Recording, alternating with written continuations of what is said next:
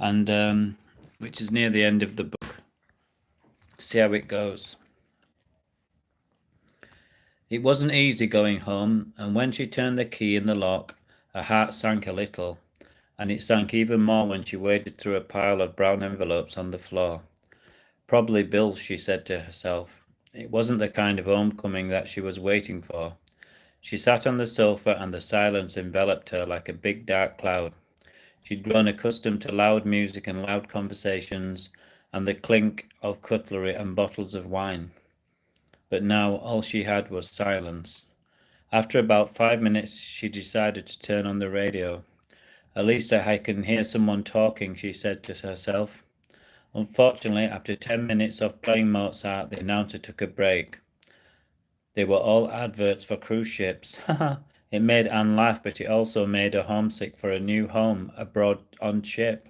She lay on the sofa and she let the waves of emotion and memories wash over her.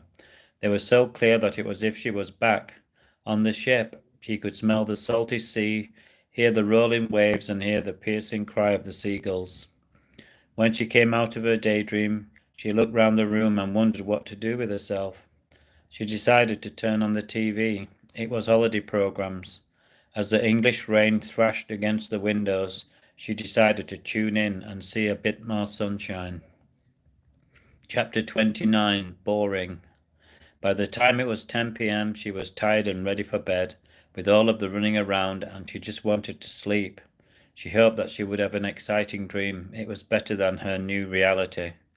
The next morning it was still raining, and she sat in her big comfy dressing gown, in her too comfy armchair, and she turned on her big TV.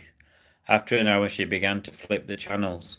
It was hard for her to concentrate, and all that she could think about was all of the fun that she had had on the cruise ship, and all of the plush surroundings, and now she was back in boring old Blighty, in a boring flat watching boring TV. Where is the excitement, she thought dejectedly. After more channel surfing, she decided to look in the fridge, and to her surprise there was a large bar of chocolate sitting there waiting to be eaten. Well, I am hungry, she thought, and she unwrapped it carefully as she sat on the sofa. It smelled delicious. Anne took 3 big bites and she stared at the TV. An advert came on about a new weight loss program, and it reminded her of all the effort she had put in to lose weight and turn her life around. Anne turned off the TV and then she threw the lovely chocolate into the bin. I think it's time to take some exercise, she said to herself. Rain or no rain, she couldn't believe how many years she had spent watching mindless TV. It was so boring, she thought. Hope you like that simple chapter which is on Amazon KDP.